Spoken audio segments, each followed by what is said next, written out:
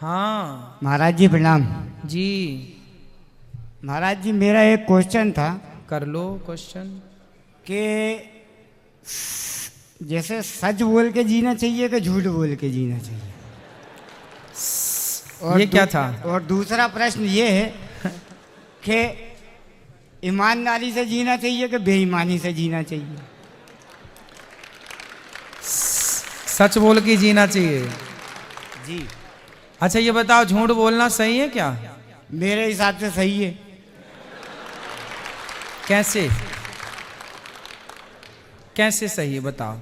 अब यदि मान आपके लीजिए- हिसाब से सही है तो फिर उसे सिद्ध करो, बताओ। मान लीजिए महाराज जी मैंने आज से 20 साल पहले एक हत्या की।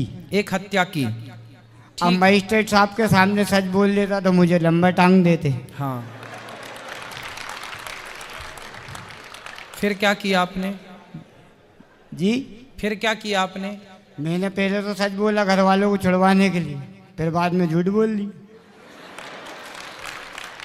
तो फिर आपको सच ज्यादा फायदा दे पाया कि झूठ ज्यादा फायदा दे पाया? मेरे को तो साहब झूठ ने ज़्यादा फायदा दिया, लेकिन मेहनत बहुत करना पड़ी। सच ने फायदा नहीं दिया। अब दुनिया को तो सच्चाई मालूम थी कि हाँ। इसने ही मारा है। हाँ अब वो मेरे पिताजी ने अपने ऊपर ले लिया। हाँ। तो उन्हें पड़ी सजा। अब चक्कर ये है सर कि मैं मतलब ये जानना चाह रहा हूँ कि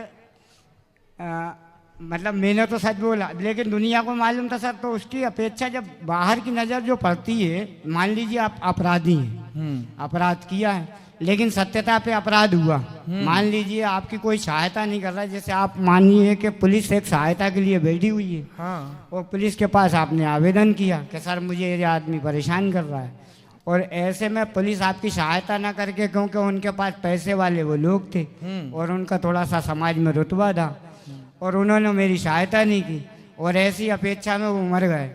मतलब उनका पूरा मतलब परिवार से परिवार की लड़ाई हो गई, इसमें 6-7 घायल हो गए और एक मर गया।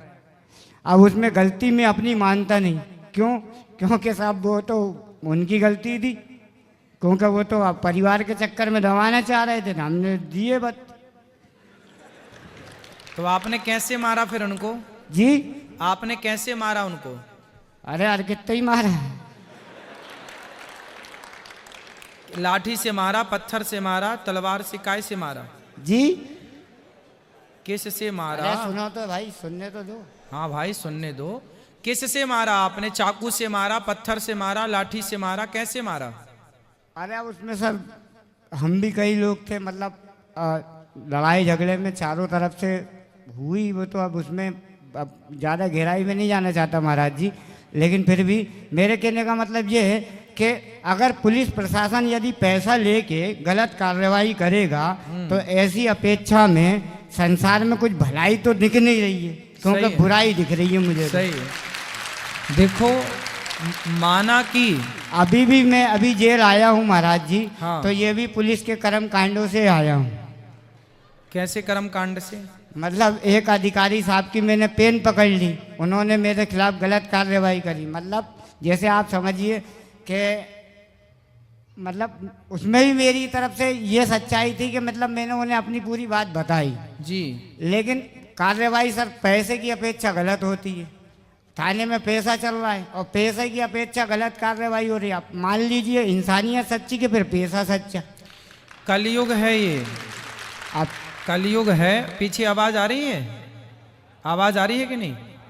कलयुग है। सत्य को जमाना छोड़ दे तो छोड़ दे, पर सत्य को हम और आप ना छोड़ें, क्योंकि देर में ही सही भगवान जब भी साथ देंगे तो सत्य का ही साथ देंगे। इसलिए सत्य को याद रखिए, सत्य को बनाए रखिएगा। माना कि झूठ का बोलबाला है, माना कि झूठ का बोलबाला है, पर इस झूठ के बोलबाले में कहीं ना कहीं सत्य सांस ले रहा है, अभी जिंदा है, उसे जिंदा रहने